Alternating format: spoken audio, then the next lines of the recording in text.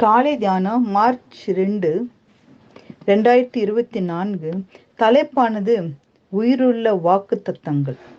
தேவனாலே கூடாத காரியம் ஒன்றுமில்லை. லூக்கா 1:37.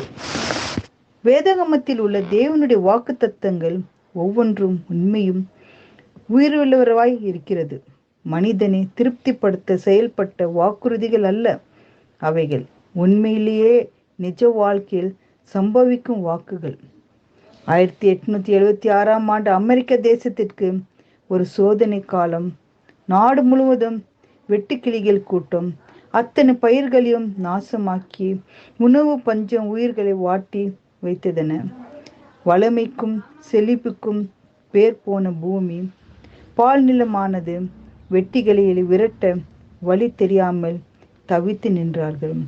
இந்த சூழ்நிலையில் மிக பரமனின் பிள்ளைகள் ஒன்று கூடினார்கள். வெட்டுக்கிளிகளை பற்றி வேத வசனங்களை தேடி எடுத்து அதிலுள்ள வாக்குத்தத்தங்கள் உரிமை கோரினார்கள். யோவேல் 2:25.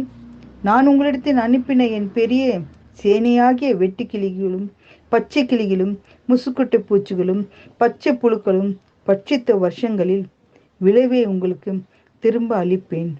வெட்டுக்கிளிகள் தேவனின் பெரிய சேனை என்றும் வெட்டுக்கிளி பட்சித்த வருஷங்களில் விளைவை நான் திரும்ப அளிப்பேன் என்றும் எழுதியிருக்கும் வேத வாக்குகளை நினைவு கூர்ந்தார்கள். நம்பிக்கையுடனே சிறைகளை அரணுக்கு திரும்புங்கள், இரட்டிப்பான நன்மை தருவேன், இன்றே தருவேன் என்று சகரியா 9:12 வாசிக்கிறோம். அவர்கள் உபவாசித்து ஜெபிக்க ஆரம்பித்தார்கள். தேசவெங்கும் பிரார்த்தனைகளை ஏறெடுக்கும்படி வேண்டினார்கள். தொடர்ந்து 12 மணி நேரம் அழுது ஜெபித்தார்கள். திடீரென அடித்த புயலிலும் கருமையான ஊரை மழையிலும் இருதினங்கள் தொடர்ந்து பெய்ந்தது. வெட்டுக்கிளிகளும் முட்டைகளும் அழிந்து பொழிந்தன. அடுத்த ஆண்டு விளைந்த கோதுமை நிரம்பி வழிந்தது. தேவனின் வல்லம் எவ்வளவு பெரிதென்று மக்கள் காண முடிந்தது. பிரியமானவர்களே, நம்முடைய தேவைகளின் மத்தியில் என்ன செய்வதென்று தெரியாமல் நிற்கிற நேரத்தில் ஆண்டவர் அவருடைய பிள்ளைகளை நடத்தி வந்த விதத்தை எண்ணி அவருடைய வாக்கு தத்தங்களின் உரிமை ஜெபத்தை கேட்டு உதவி செய்ய வல்லவராய் இருக்கிறார். அவரால் கூடாதது ஒன்றுமில்லை. அவருடைய கரம் தம் மக்கள் மேல் இருந்ததையும் காணலாம்.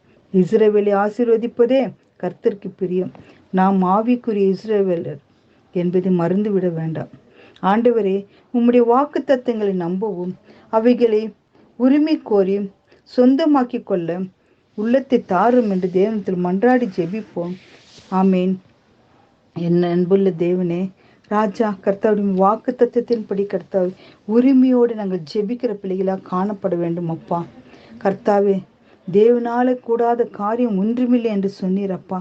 இந்த நாளில் அப்பா யார் யாருக்கு என்னென்ன தேவையோ கர்த்தா இந்த நாளில் அப்பா உம்மால கூடும் அப்பா. உம்மால கூடாதது ஒன்றில்லப்பா. நாளில் தேவையான எல்லாருக்கும் கர்த்த காரியங்களை வாய்க்க செய்தப்பா வழி நடத்தி பாதுகாத்து ஆசீர்வதிக்க வேண்டும் என்று மன்றாடி ஜெபிக்கிறோம் பிதாவே. ஆமேன்.